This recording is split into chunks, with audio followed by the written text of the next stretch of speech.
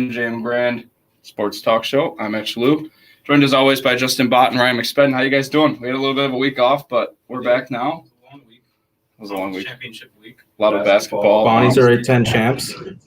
They sure are. How are you doing today? I'm doing fantastic. How about you? I'm doing pretty good. Tired, But yes, like Ryan said, the Bonnies are A10 champs. They defeated VCU on Sunday, and they're going dancing. They will be the 9th seed, and they're going to take on LSU at 1:45 on Saturday down in Indianapolis. Win, they more than likely play Michigan. I would say that's probably pretty certain if they can beat LSU. I don't know, something about 16 seeds, man. And they're like, 1 in 70, so you never know. But, yeah, I don't know. I don't know what to expect against LSU. It's going to be interesting. But what do you guys think? I think they could pull it out, but they need to stay disciplined early. If Oshun gets in foul trouble early, I don't think that we can that would be tough. Because obviously he's like our whole defense. When he leaves the court, it's like a whole different team. Yeah, the way he blocks shots, obviously, he alters the game on both ends of the floor, and then he's obviously such a big presence down on the offensive end. They got to pay attention to him. No offense to backup center Jalen Shaw, but it's a bit of a difference, obviously. And Oshun being a junior, like all the rest of them being in this system for 3 years, he helped build this. He's the guy right in the middle, and, yeah, it stinks that a couple early fouls could really deter that. We've seen it happen. It happened to VCU on Sunday with their best player, Nashawn Bones Highland, and that really altered the game big time. I mean, he got 3 fouls in the first 4 minutes. He couldn't play the rest of the first half. Yeah, I would say the first 8 minutes or something like that. And he played well in the second half, but it was a little too late. Saw his free throw. Yeah, it was. I was gonna say a lot of it came on free throws, but I don't know. Everything I've read about LSU says that they're a team that gives up a lot of points, but they score a lot of points. Bonnies are a good defensive team, so I mean, if you can hold them. They're a team that doesn't play defense particularly well. So my understanding of that is if the Bonnies win, it's going to be a little lower on the scoring end. And a lot of the A10 games, a lot of games in the A10 are low scoring. So both Bonnies and VCU in their respective games are probably going to try to play better defense than the other team. And, if they win, they're going to be low scoring because it's going to be tough to keep pace with an SEC school like LSU. But I don't know. I'm excited. Like I said, it's Saturday at 1:45. of course, it's at the Assembly Hall, the one place it couldn't be for those trying to go. But it's unfortunate, but it is. But hey, that's all right. At the end of the day, I'm trying to look up who was VCU playing. Oh, Oregon. VCU plays Oregon. I think they're the final game on Saturday. I personally have VCU winning that one. Yeah. The rest of the A10 in my bracket, I have them, but I'll root for them. Got to root for the A10. I think they come out. I'm sad to say that as of right now, on Tuesday, my bracket has LSU, but there's time to change that. I don't know. True coin flip. The 8-9 can go in a multitude of directions. What do you guys think? What are your expectations? I mean, I was hoping for Bonnies to be a little higher than a 9 seed, and in my honest opinion, I feel like they deserve to be in maybe like an 8 or a 7 seed because they won the Atlantic 10 regular season and then conference championships. And I feel like that should count for something, especially when the regular season champion, I don't think has won it since 2012 or something like that. So I think that should count for something. And I feel like the Bonnies definitely here got a tough draw here. I thought initially, I kind of felt like they'd be a 9 seed, but I thought it'd be against like a North Carolina or a Loyola Chicago type game. And then I see the 9 seed for LSU, and that's one of the toughest matchups to draw in the opening round.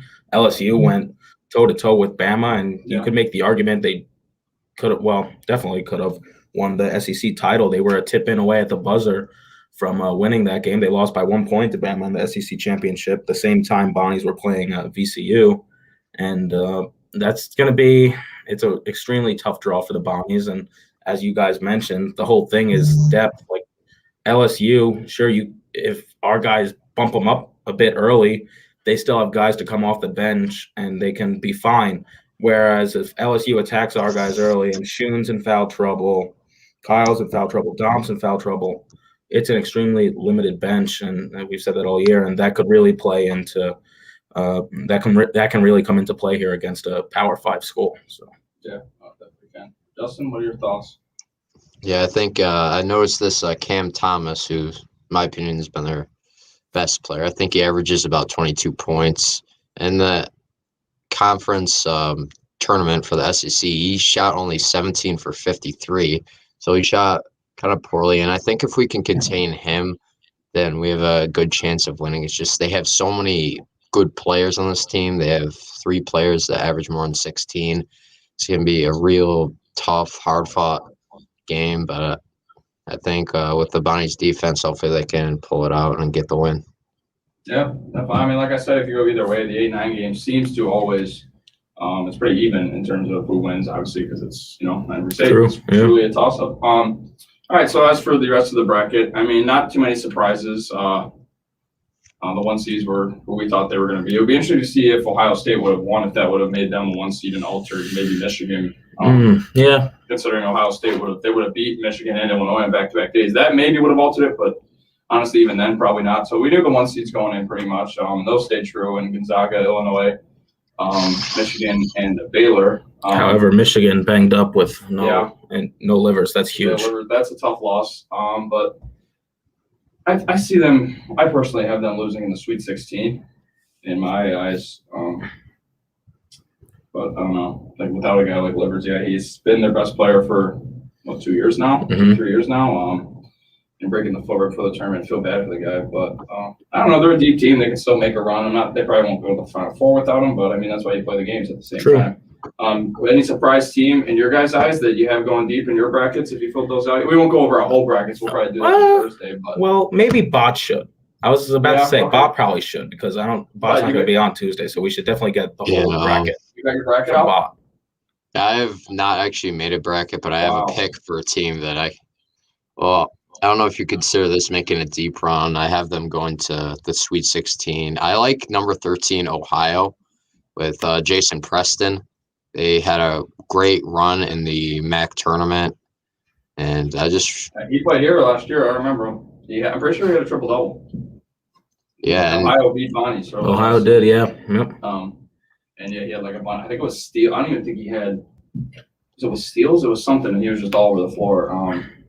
And yeah, I've actually watched some videos on that guy. He's got an interesting story. I know exactly what you're talking about. It's been a great story with that guy, and he played just magnificent in the MAC tournament. He shot 65 from the floor and 55% from 3, which is just amazing. And if he can do it in the MAC tournament, I know he shot 8 for 8. He shot 100% in the first round of that tournament. So if he can keep up this great shooting percentage, I really think they can go far, especially against a Virginia team that if they have COVID, I don't know if they continue to have it, what players will be out, and if they have like a key player out, I think they could definitely win that game. And if they win that, then they play either UC Santa Barbara or Creighton. And we've seen Virginia lose to lower seeds before. That is true. Colin Tong says UVA can't practice the day before their game, so Ohio really has a chance. That's a good point too, like you said, the COVID thing. So yeah, I mean, I don't know. I personally have them winning right now. Like I said, a lot can change, but Ohio is a team that can make a run. So who would you have beating in their second game? Well, so okay, a lot of people they play the winner of the 12-5, Creighton and UC Santa Barbara. A lot of people, including myself, have UC Santa Barbara winning that game. So do you have them winning and then playing a 12, or do you think? Yeah, I think it's going to be 13 versus 12 in the second round. And that game could go absolutely either way. So I mean, that's just cool if you both win and the second game's all that much easier. That would be awesome. Because Creighton's a team that I don't really think is that good. I mean, we saw them get absolutely blown out by Georgetown. Yeah, they only scored like 49 points or whatever it was in that game. They're limping in. Ohio just went on a great run in the MAC tournament, like you said, coming in red hot, and they beat UB pretty good when they weren't supposed to in that final. They beat Toledo in the semis, who was the best team far and away all year long in that conference. And so, like I said, they're coming in red hot, so I can see that happening.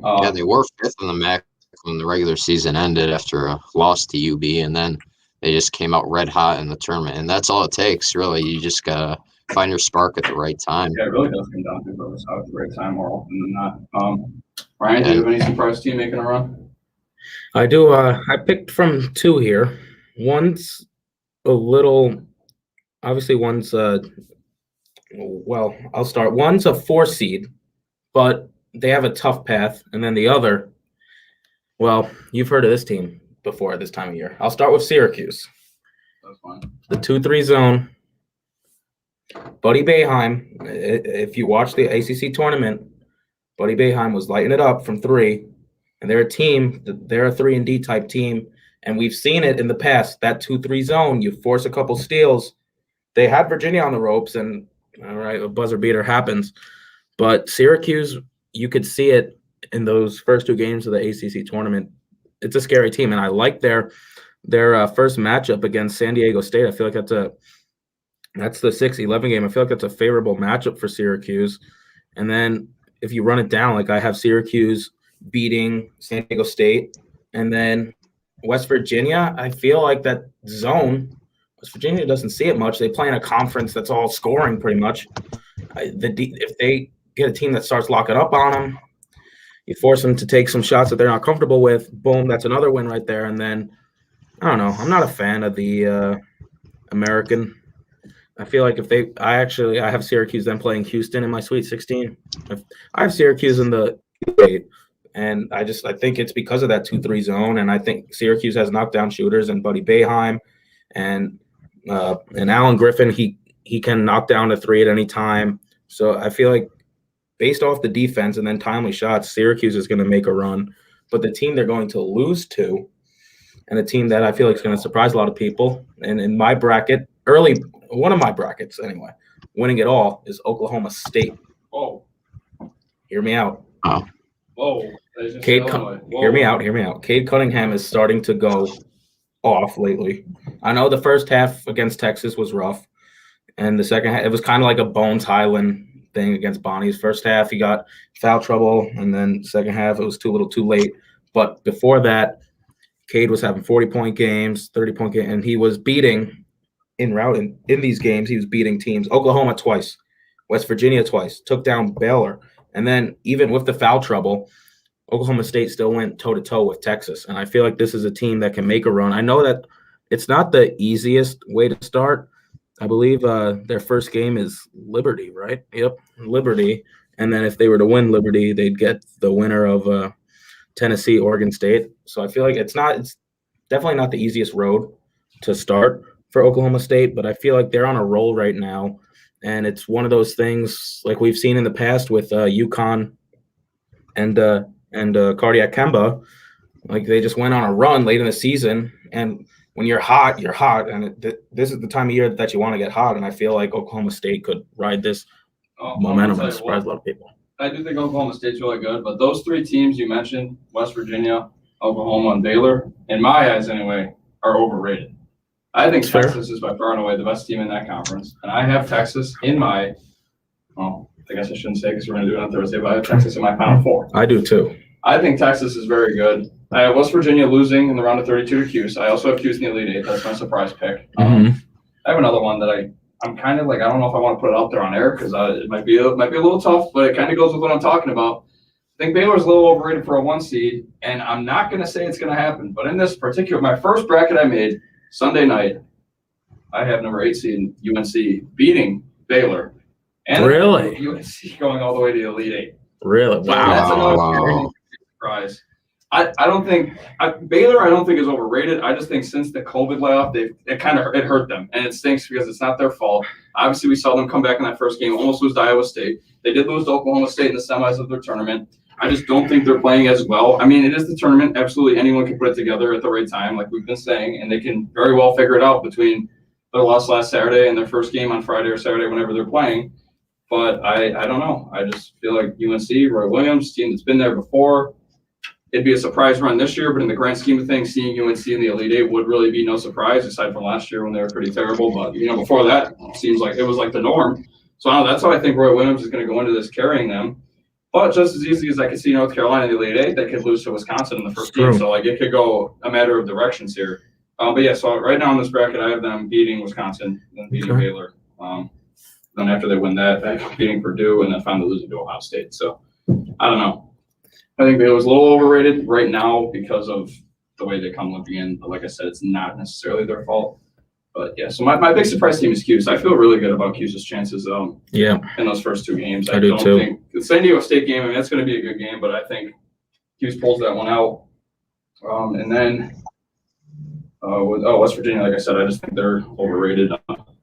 You'll see the press against the 2-3 zone, and maybe the better defense win. But I don't know. I don't really. But of course, with a coach like Bob Huggins, been there before too. But you're talking about Jim Boeheim here. He's a tournament guy.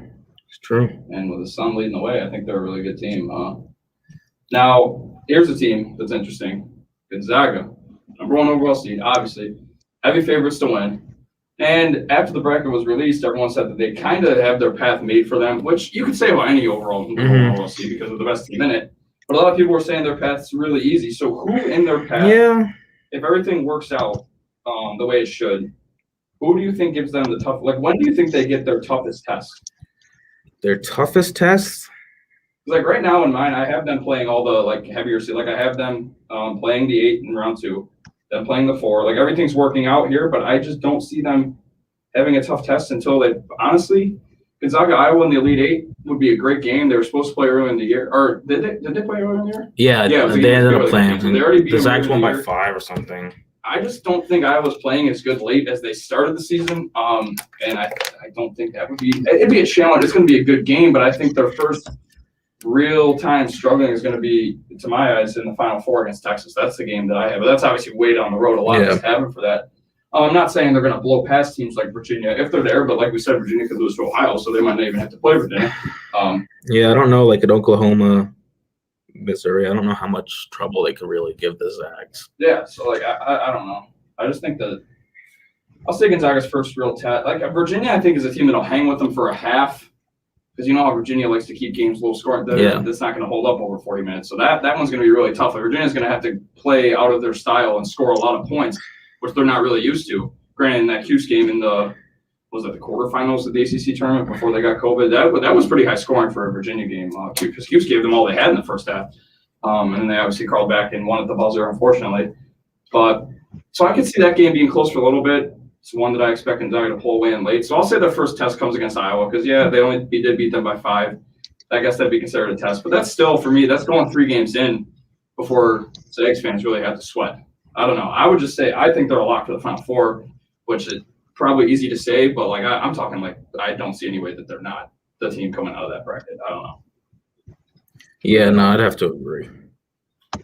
I wish I was wrong because everyone loves the upset. But True. In terms of my bracket, no, I need that. Actually, I'm counting on that. But I don't know.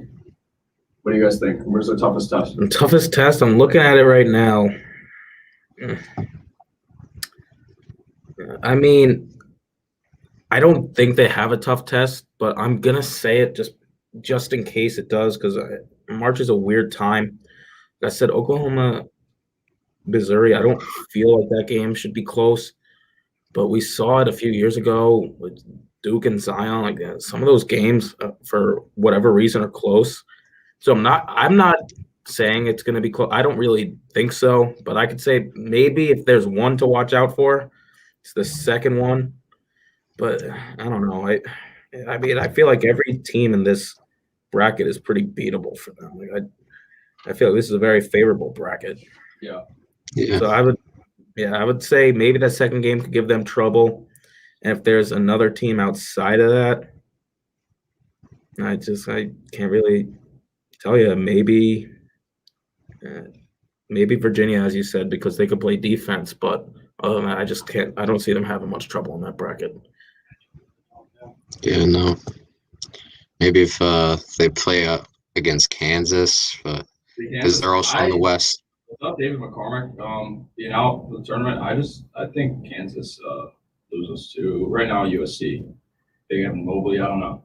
I feel like Kansas is a team that could be out earlier than normal. And Kansas is a team that's playing great right now compared to the beginning of the year. They lost a couple games in a row. They were, I don't know if they ever got to unranked, but they were ranked pretty low, lower than they're used to. But yeah, like I said, they are playing better now. They do have the injury though. And they got canceled for COVID too, right? So we'll have to see what their situation is when they can start practicing. But I don't know. But anything can happen in March. We've made that very clear. It is March. We are going to take our first break. And when we get back, we're going to talk about the sport that kind of carries our show. The NFL free agency started. Lots of signings today. So we'll talk about that. We'll talk about where we think certain guys are going that haven't signed yet. So yeah, when we get back, we'll talk about that. You're listening to the MJM Grand Sports Talk Show on WSBU The Buzz. We'll be right back.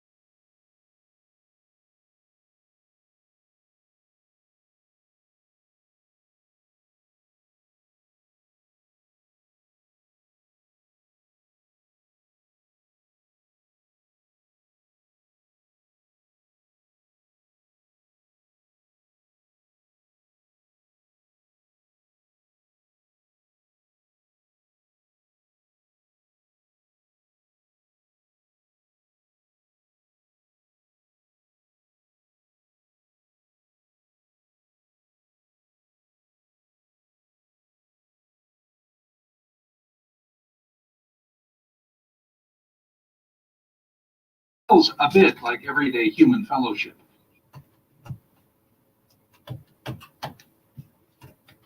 And we're back here on the MJM Grand Sports Talk Show. Matt Shalloe, Ryan McSpedon, Justin Bott. And like we alluded to, thank you. Hello. Like we alluded to before we went to break, NFL free agency is underway. Officially starts tomorrow at, is it noon or 4?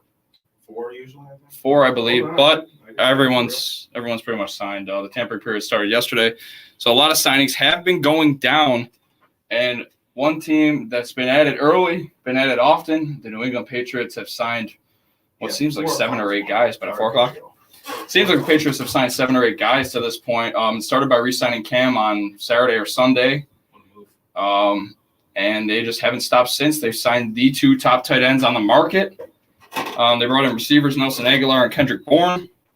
They got Matthew Judon on that defensive line. They traded for Trent Brown late last week. I mean, they've made a lot of moves, and they got better. But Cam Newton's still the quarterback right now. How much better did they really get? What do you think? He's got the weapons now. Well, better weapons now. What is that? I'll let Bot start. Okie dokie. So yeah, a lot of signings: Jalen Mills, Henry Anderson, Jonnu, Henry, Kendrick Bourne, if you want to call that a big signing.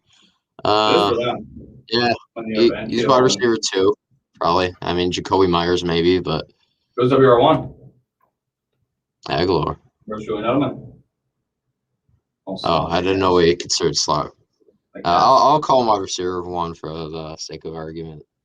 But yeah, I definitely didn't expect New England to do this because Belichick almost never goes into free agency like this. Yeah. I can't remember the last time he did something like this. And I like it for them because they have not hit on their draft picks in recent drafts. No one talked about it either because they had that 1 6th-round pick once. Yeah. And Keel Harry, Sony Michel, Malcolm Brown. Those are some of their previous first-round picks. And they haven't had many early first-round picks because they've been so good, but still they haven't really gotten the diamond in the rough since like a Gronk or a... Do you think they still take a quarterback? I believe they do, even though they re-signed Cam. It's kind of filled with the incentives, and if he doesn't play, then probably won't get the incentives. So they'll be saving a lot of money by not playing Cam Newton. But yeah, I think he starts the year. They go from there, but I do think they take someone at 15. Yeah, I think QB is a must for them. I think that they definitely take a quarterback first round, but I could be wrong because it is Bill Belichick after all. So you never know. Tough to predict, certainly. Ryan, what do you think? How are they doing so far? Good moves. I mean, the double tight end. But the double tight end is something they've run before, obviously. Yeah, it goes back. I was about to say the 2010 Bill Belichick offense is coming back out. I'm not going to make any comment about that offense. Yeah, Gronk and unknown player. Gronk and someone. But yeah, I mean it's interesting, and I mean I just still wide receivers. I don't know where they're trying to go here. Like maybe if they get a Kenny Golladay. Yeah, I was thinking that too. Or like a Juju. I don't know. Would have them almost rather just not sign. Well, okay. If I had to pick between Henry or Jonnu, I would have picked Hunter Henry. I would agree there. And then instead of I would have taken the Jonnu / Kendrick Bourne money and just put that to Kenny Golladay and just try to pair Golladay with Aguilar and Edelman, Jacoby Myers, even N'Keal Harry if he wants to stay on the team, whatever. I mean, because that's 3 deep at least. That's pretty solid. But even then, okay, they got Jonnu instead of signing Hunter. But once they sign Hunter Henry, I would assume that means they're out on Golladay. But like Bassett is Bill Belichick. We've never seen this before. Maybe they just don't get him too. So I don't know. And you don't know. And what's scary about it right now is you're not hearing anything. They're just coming out of nowhere, and it's scary. This is where Belichick's at his most dangerous. Now I saw something earlier, a tweet from Patrick Chung. I don't know if he's tweeted since. It was about an hour ago. I was talking with my dad about it. We were afraid because, well, it's the Patriots. He said, "Big news coming. Stay tuned." Now, we were afraid for what that meant, but it looks like he's tweeted again. He was just trolling. He then tweets, "The news is I saved money with Liberty Mutual. Ha ha." Hashtag ad. Wish I had the last 30 seconds of my life back from Patrick Chung.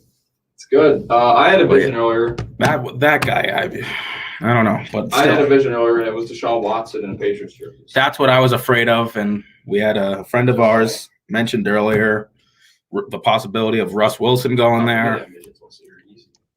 I don't know. I feel like the Patriots, I still see another move or two, and like not just a move or two, like an impactful move or two. Then I don't. It's scary.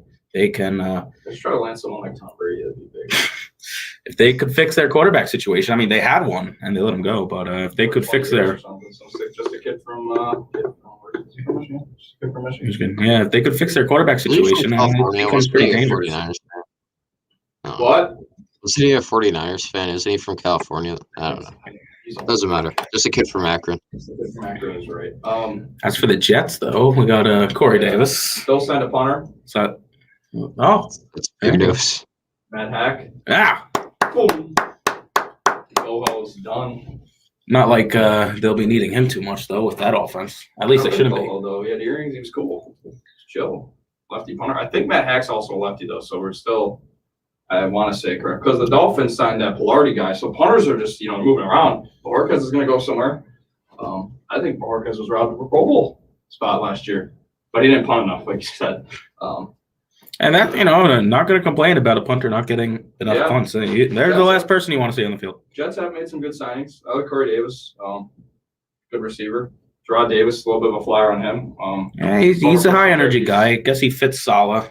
High energy. Yeah, I mean, when it comes to defensive signings, he knows what he's doing, and that's why I think Carl Lawson's a big one too. A lot of people are saying, "How can you pay him $50 million and 5.5 sacks?" He had 32 quarterback hits, second in the league. That's 2 a game. I mean, that's He had the most QB knockdowns in the league. Yeah, you're getting to the quarterback and knocking him down 2+ times a game. That's making an impact. Yeah. I know he was on the Bengals, whatever, and you may say it didn't make an impact, but it kind of does. Getting to the quarterback is how you win games. It's really the team that wins is usually the team that gets to the quarterback quicker. If you boil it down, it comes down to offensive and defensive line play every time. Definitely. And when you have a guy like that can get to the quarterback like that, alters the game. So we'll see, because that's one of the things that they'll struggle with, particularly in that AFC Championship, like we talked about. And Josh Allen was running for his life, and Pat Mahomes really wasn't. And the next week, Pat Mahomes was, and we'll have it. So, I mean, that's a big sign. Yeah. I really want Carl Lawson on the Bills. I thought he'd be more 10 to 12 million, 15, but when you have the money to spend it and you want to get him to come here and build that culture with a young defensive head coach, and you want these young guys. He's only 25 years old. He played his 4 years out in Cincy. His best seasons are ahead of him, hopefully. They had literally no interest in bringing him back, even after trading Dunlap and the aging Geno Atkins on the line. They just didn't want to, and they lost, I guess. I mean, they did bring in Trey Hendrickson, which is a good signing, but I don't know about Trey Hendrickson, man. I don't see him. He got paid. Does he replicate that 14.5 sack season that he had last year, whatever it was? I don't know. That'd be tough to back up because he kind of came out of nowhere, and he was playing opposite Cam Jordan last year. So a lot of that's what's tough to watch with defensive ends. Where Carl Lawson was pretty much the main guy on that D line. Atkins was hurt most of the year, and like I said, they traded Dunlop at the deadline. So I mean, it was really just Lawson out there, and he was still pushing his own weight, getting to the quarterback. So a lot of the same has been said about Clowney since he left Houston. He was decent in Seattle, but when he was rushing with J.J. Watt on the other side, I hope he's a formidable force. You know what I mean? Yeah. But I don't know. Clowney's still a free agent. So is Carl Stonehap again. Seattle cut him. Bills in the market for the end. One of those would be decent, I guess. But speaking of DNs, Leonard Williams got paid. Yeah, finally. He got tagged twice? Tagged twice. Yep. And he kind of just because his last couple of years in New York, Jets wise, he kind of fell off, and now. He's rediscovered himself with the Giants. Yeah, so I guess the money makes sense after losing Dalvin Tomlinson. I think it's a bit of an overpay still. Where did he? 363, I believe. Vikings, right? Yes, Yeah. Vikings. Another Tomlinson. guy that we wanted the Bills to trade for last year, if you remember. Yes, I know. You guys wanted Quinn too. Stars confirmed he's coming back, so we don't need one. I also saw Stars signed for 3 years. Didn't know that. But yeah, because I guess he signed was it 5 year, and he's played 2, opted out of 1. So he just gets it back on his contract. And That's right. I keep forgetting Mosley's back for the Jets next year too. I saw a tweet yesterday they're exploring trading him though. I'd be okay with that. But that's because they brought in what I just said his name. What's his name? The guy from the Lions. Okoro? Gerard Davis. Gerard Davis. So I wondered what that did. Like if they were going to try to move on for Mosley, they didn't want to pay him because Saleh wants to tear it down on defense and rebuild. Do you think you guys get Sherman? I personally still think you do. And I saw the Saints were interested because they cut. I don't know if Norris Jenkins they didn't have anymore. They cut some corner today. And I mean, Sherman, opposite side, and Marshawn Lattimore would be pretty sweet. Yeah, I could. Really. The Jets are 100% in on a corner. They need a corner. They still, even after getting Corey Davis, I know that they're still in on more wideouts. I heard Samuel's an interesting name. Curtis Samuel. Seems like everyone's been after. I'd risk it all for Curtis Samuel. I told you my take this morning. Long run take, but no one would like. And also late this afternoon in this free agency frenzy, we found out that the Eagles have finally given Zach Ertz permission to seek a trade. Bills, paging the Bills, paging Buffalo Bills. I'll take him since we lost out on. Well, we weren't going to get the other two for that money. Last time we played a tight end, it was Charles Clay. It didn't really swing this. And the Dolphins got their QB of the future, Jacoby Brissett. Finally, in 1 their year hands. And, I mean, right now Deshaun Watson's on the team, but Tyrod should be a starter again. I'm about to say. They finally move on. He got like Bye, Watson. Bye. So Tyrod again? and then Andy Dalton. It's going to be between him and Nick Foles, assuming they don't re-sign Trubisky, which is not looking like. Yeah, and Andy Dalton could be back. I didn't realize he only signed a 1 year in Dallas. I guess it makes sense because he got it was like 1 year, $3 million. I figured he'd just be back as their backup for some reason. I forgot he was a free agent, and I was like, oh, that's actually a nice fit. He might actually play. He would have been a nice name to like Washington, but that's my favorite signing so far is Ryan Fitzpatrick to Washington. Yeah. Because he'll finally have a chance to lead a team to a playoff, and I don't think. And he's got offensive weapons to work with. I think he'll actually get a chance to lead this team, and he won't be ripped out when he has a 4-2 record. And I think he'll actually get to. And if he goes 8-8 and misses the playoffs, so what? Like at least just give the guy a chance. He hasn't really. He said last year after he got benched, this is the first time I really felt like I would have the control of a team, and just got taken away. But then they're like, "Oh, we need you late in games, but we're not going to start you the next week after you throw a touchdown while you're getting your face mask ripped off." And no, Tua was named the starter the next week, and then obviously Fitz was out with COVID, and Bill scored 60 points with their backups, and the rest is history. But I'm excited to see him find. But I also at the same time feel awful for Taylor Heineke because I mean they can battle out. He signed an extension as well, but like that guy balled out in the playoff game. I mean he'll have a fair shot, and they might even still draft someone too. But they're kind of in a weird spot at 19. If someone falls, maybe, but I don't think they trade up now because they have a decent amount invested in that. Then they still got Kyle Allen, who Ron Rivera loves, so don't rule him out. But do you think where do you think Alex Smith goes now? Got Smith, Trubisky, Flacco, Karen, Cole McCoy, Mike Glenn, and CJ Beathard. Okay, so some of those names worth more than others. I like CJ Beathard. I kind of always have. Maybe Smith to the Bears because I mean they got Dalton. Maybe him and Smith could battle it out. Well, Foles is still there too under contract. Yeah, that's true. That's a lot of aging bets. Speaking of the Bears, before getting Dalton, they made, according to Adam Schefter, they made a very aggressive pursuit for Russell Wilson, and the Seahawks said they are not trading him at the moment.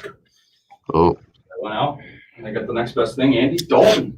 A little bit of a slope there, but better nonetheless. As for Alex Smith, I got one. Alex Smith is going to end up in Cincinnati until Joey Burrow is ready to play again. So let's just see who's like stronger and battle it out. That was bad. I think Alex Smith goes to New England. Okay. Because we all think that New England's going to draft quarterback at 15. I just say they don't, and they just go in with Cam and Alex Smith. And I don't know. I can see that. I think Trubisky in New England too, though. When's Chris Carson getting signed? I love Mitchell in Foxborough, please. Chris Carson's a running back, so he probably won't get signed because no one believes in paying him anymore. In fact, Lenny Fournette. So oddly enough, today I saw that the Jets are now exploring running back options too, and that Chris Carson is atop their leaderboard. Him and Jamal Williams from the Packers. You wouldn't get like the 13 the top running backs are getting, obviously. So that one wouldn't be too much of a pay the running back risk kind of thing. I think you get him for $7-8 million. Yeah, so it's and that's amazing for a guy that was a former 7th round pick. Like, good for him. I mean, yeah. There's producer Sites with the fun fact there. The Bengals haven't won a playoff game in 30 years. They did beat That's the our Steelers producer. on Monday Night Football, though. They did, and they should have beat the Steelers in the playoffs if it wasn't for Vontaze Burfict. So, producer Sites, I don't know if that's much to brag about because I don't know if that's much to brag about over there because they had your Steelers beat, but they were just acting. Smith, so. They had a little too much fun in the process, and they blew it. But that game was beat. You were beaten that game. But yes, facts are facts. Yes, the facts are the facts. So now, like, will Jacoby Brissett come in late game for Tua, or what do you think? Because he came in a lot for the Colts too, for the I don't QB know. so I think you're going to see Jacoby Brissett out there a little more than you think. Perfect screw his franchise is also true. Yeah, not wrong. He's not even bigger than the game. Fun fact, the Jets should have been in that game, but they lost to the Bills. So. That's you can hear sights with the left. What has been the sneaky good signing in your eyes? Something that's kind of flown under the radar. Money aside, just player skill put onto a team. Because then when you start talking money, it gets all everyone has a great. So what's been a sneaky good signing to this point? Start with Justin again. I like Bud Dupree to the Titans. They lost Clowney, but they got another outside linebacker. They signed all these guys. And I think that they're going to be like a top 3 like pass rushing team, and they never are. So that's tough. I also have Joe Tooney to the Chiefs. I think it was a solid guard for the Patriots. So it's good that they finally added someone after they lost both their tackles. So I like those ones. Oh, geez, Damian Williams got released. Yes. He opted out last year because I think it was his mom or someone had cancer, and that's sad. But Marvin Jones went to the Jaguars. I missed that. Kind of sneaky good. That's sneaky For good. Trevor Lawrence. I like that a lot because now you got him, Visca, and Shark. Which I saw a rumor yesterday about Shark getting traded. It was some non-verified guy, so I didn't expect that. Yeah, I thought so too, but apparently it was a troll. It was Chark getting traded for I know what you're talking about. Yeah, for I liked it, whatever it was, but I was like, there's no way that this is real. it was Chark getting traded. Hold on, I'll pull it up. But we're talking sneaky good. I mean, I know we hit on Fitz. I think that's going to be a very good deal for Washington because Lindsey to Chark. It definitely helps him 100%. Lindsey just Helps. Definitely helps Herbert. But in terms of sneaky, yeah, I'll say Fitz as one, but that's a little obvious. Honestly, it's a signing that just happened about half an hour ago for me. The Dolphins signing Malcolm Brown from the Rams. He averaged, I think, a little over 4 yards per rush, and he really started coming on at the end of the season. And I feel like, I don't know, he could be in that offense. He could be something. I don't know. Like, we're talking sneaky. I don't know how it's going to be because, it is sneaky, but I feel like he could play a small role in that offense. And as for DJ Chark, it was from this guy, CJ Golson, who's apparently a troll. The Jaguars and Ravens were close to a deal that would send DJ Chark to Baltimore for Orlando Brown. That's what it was. But, I like Matt Hack to the Bills. Sneaky. Only move so far. Tyrell Williams signed with the Lions. Yeah, that was a couple of weeks ago. That's big. I think Gerard Davis could be sneaky too for the Jets. Gerard Davis could be a sneaky signing. I mean, I don't know. I love Matthew Judon in New England because they really need it, but that's not exactly sneaky. He was one of the top ends on the market. I think I'd have to go with Fitz right now. I really do. I mean, like I said, because he walks into a team with a great defense, decent weapons on offense, division a little weak. Obviously, you'll have Dak back. Giants could be a true toss-up again, and I think Washington's probably the favorite in that division for me right now, just because of how good that defense is. And they have the pieces on offense. They have a running back, they have receivers, collapse, like we've seen too. So yeah. But right now, I think it's a sneaky signing. Well, we never got to see what Fitz would have been in Week 17, unfortunately, with him having COVID. So, and I do like that Marvin Jones, the Jaguars one. That's a nice weapon for obviously Trevor to have when he gets drafted. A nice veteran receiver, and they have a pretty decent receiving core now because Chanel was pretty good last year as a rookie, and then obviously Chark for now once he gets traded to the Ravens. But now here's the question: who's going to be the next big domino to fall? Whether it's a wide receiver like a Juju or a Kenny Golladay or a trade, who's going to be the next domino to fall, and what team's going to get him in your eyes? I would think Golladay. I just don't know where he's going to go. I like Golladay to the Ravens, kind of. They need that, obviously. AB too. Wonder where AB is going to go if another team. Apparently, he started renegotiating with Tampa. Yeah, I think he stays there. I really don't see AB playing with another team because like Tom really got him in there. Yeah, After all that's going on, so like I don't know how other teams still view him. Tom's kind of his babysitter too. Yeah, so like I don't know if another team would take a risk and like I don't even know what kind of money he would get, but I think he'd take anything just to be able to stay with Tom in Tampa because they're going to keep winning at least for the next year or two, whenever Tom decides to call it quits. But obviously, yeah, now he signed for next year. So I don't know. I like Galladay though, Ravens though. Make it happen. They need a wide receiver, and ever since say what you want about Lamar throwing the ball, he hasn't had the best weapons too. I mean, they signed Des Bryant. What did that really do? Marquise Brown, I feel like is okay, but now you're moving him to a number 2 alongside a guy like Galladay, and Brown Window can run for days. I mean, that'd be a pretty good tandem in my eyes, anyway. Yeah. Be interesting. So I guess we'll see. Justin, what surprise move do you have coming up? You brought up Galladay. I like him to the Jags, and also Juju. Don't know where he's going to go. He's one of the top guys. I like him to the Raiders just because they basically have like no receivers. They drafted Henry Ruggs. He played 13 games and he had like 26 receptions. So I don't know what's going to go on with him. And yeah, they definitely need a receiver.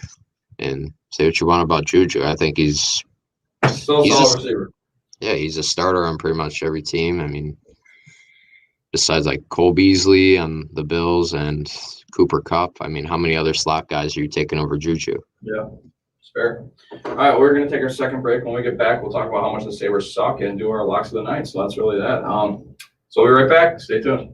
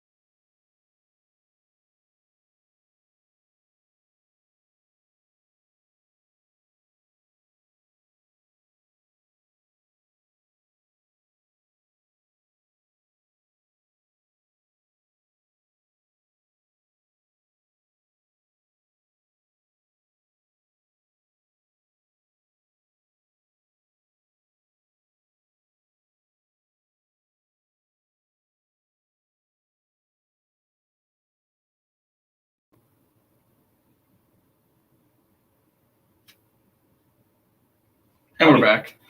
Why'd you just say howdy? Oh, No. way of acknowledging. Howdy. I know someone who says howdy. Works for the Jet Dolly School. For the GW school. Jeez. But Yes, sir. you want to talk about something? Don't really want to talk about it, but it must be addressed. Go ahead. It's all you. I'm not talking. So, Buffalo Sabres. They're a disgrace of a hockey team. I can't even watch them. They're an embarrassment to the sport of hockey. And I saw that the news, I think it was the Buffalo News, put the Seattle Kraken ahead of the Sabres in the power rankings. And I would have to agree because the Sabres do not look like an NHL caliber team. They haven't played like it this What year. kind of grammar is that? Losing streaks reaches 11. Sorry, Justin, continue. Yeah, so especially with the talent that they have, I mean, minus Eichel because he's going to be out for a while. We have Taylor Hall. Thanks. Sam Reinhart has been probably the only decent, like, consistent player on the team that scores every 1 or 2 games, and it's just been an embarrassment to the NHL, and I can't even talk about this. I think Olofsson's good, but he can only do good on the power play. I don't know what it is about him. Yeah, he's not a very good 5-on-5 player, unfortunately. But I'm not supposed to talk, sorry. All right. But yeah, the Sabres, I just don't know what to say. Don't know why Ralph Kruger still has his job. He finessed his job. I have no idea how he's still coaching this team, to be honest. And Kevin Adams needs to step up and do his job and fire him. And if he doesn't, then, well, I already have no respect for him because he's let him keep his job this long. He'll still have no respect. Good. So. Well, they play tonight, so watch or don't. Locks of the night? Yes, please. It's been a while. Start with Chrissy. Chris is not here. Thank God. Wow. He has Richmond money line, and he likes the Miami Heat and the Cleveland Cavs go over 207 for some reason. So in Chris, we trust. He's 9-9. He's split all 9 times. We've talked about this often. Fun fact: he would have went 4-0 last week, but we didn't have the show, and that's just too bad. So sad. But what are you gonna do? Bot, you can go next because you're 8-10. You stink. So go ahead. All right. So first pick, I'll take the Jazz -4 at the Celtics. Just like the Jazz, we love the Jazz on the show. 1 seed in the West, and for my second one, We're friends of the Jazz on the show. Yes, sir. And my second one, I'll take the money line, the Boston Bruins tonight against Pittsburgh. I know Pittsburgh, they're on a 6-game winning streak and Boston 2-game losing streak. You better watch it. Better watch it, says producer science. Well, my locks, I have Pittsburgh Penguins money line. It's a big chance for me to even pull further ahead of Justin, which is really getting boring at this point. Well, actually, I'm 12-10, you're 8-10, so but I got 4 more wins. It's all about the dub count. And my other lock over New Orleans Pelicans, Portland Trailblazers. The Pelicans games go over literally every time. I think they have like an unbelievable over record this year, so why not? Over 238. It's gonna be tough, but Zion, go. So I'll be 14-10. I had to do that real quick in my head. Ryan at 13-9, you're in first place. Okay. I'm coming though. I'm coming. Let's start in the association, the National Basketball Association. The Knicks gave it all they had last night against Brooklyn. Sure did. Big fourth quarter comeback effort, fell just short after Julius Randle turnover late, and Randle was not happy. But moral of the story here is that the Knicks inserted all their energy into that comeback attempt that fell just short. That's Tonight, they go to Philadelphia. Back-to-back, it's in Philly, and after they put all their effort into that game last night and fell just short. Tonight's going to be a lackluster one for the Knicks, unfortunately, so I'm going to ride with Sixers -7 against the Knicks. That one's going to be ugly. And as for hockey, Sabres are going to win tonight. Whoa. You're being dead ass? Sabres can only beat the Devils. They're 3-2 against the Devils. So, but they do have 5 wins and 3 are going to wait 5, 6. 3 are going to Sabres gonna win tonight. in New Jersey. I believe. Probably won't see Carter Hutton, but at this point, it doesn't matter. I kind of like it. And it's gonna be Sped at 15-9. All right, real question. What will the Sabres have more of tonight? Goals or players named Rasmus? Saw this tweet. It's funny. Players named Rasmus Rasmus. Asplund, Rasmus Ristolainen, and Rasmus Dahlin. So that's a lot of Rasmi. Goals. They're gonna score 4 to 5 of them tonight. Wow. What are the odds on that? I saw the tweet. It was a poll. It was like 97% Rasmus's Rasmi. Sabres gonna show up tonight. Tonight's the night. You sure? Confident. Well, you let me know how that goes. 'Cause I'm not watching, so let me know. Here's The producer here. sites. He's 3-2. He's got Hurricanes 1.5. I'm guessing that's on the puck line against the Red Wings. They're at the Red Wings, and then he's got Lakers, the 7.5-point favorites Okay, tonight. Kuzma doesn't airball on the free throws. Yeah. So I airball the free throw earlier. Oh, Lakers. Yeah, I did. He said, "Yeah, I did." Lakers home against the T-Wolves. Yeah, I like that one. I I mean, do like it too. those are two. Lakers coming off a big wall. Those are two should be obvious ones. So we'll see. Producer sites keeping it classy here, easy. I respect it. Anything else until Thursday? Thursday with Chrissy? Chrissy. Chrissy. Is that it? All you got? Go Sabres. Go Bonas. Sabres going to win tonight. Like I said, that's going to be 15-9 on Thursday. Wow, that's just some crazy thing. Producer sites. Okay, time to get him off the air. But They're the worst team in history now. 2020 World. It's actually 2021. Yeah, fix that. 2020 says. Move on. but yeah, Thursday we will go over our full brackets, Yeah. and Should be a long time. should be more NFL news Thursday. So pretty much there you go, sites. That's more like it. 30-21. So pretty I'll much, take your word for it. yeah. So pretty much a similar show on tap for Thursday. And All right. that's it for us. We'll be back Thursday with Chris. Thank you for listening to the MJM Brand Sports Good Talk bonus. Show. WSBU the vibe. He already took us off air, so we're off. See ya.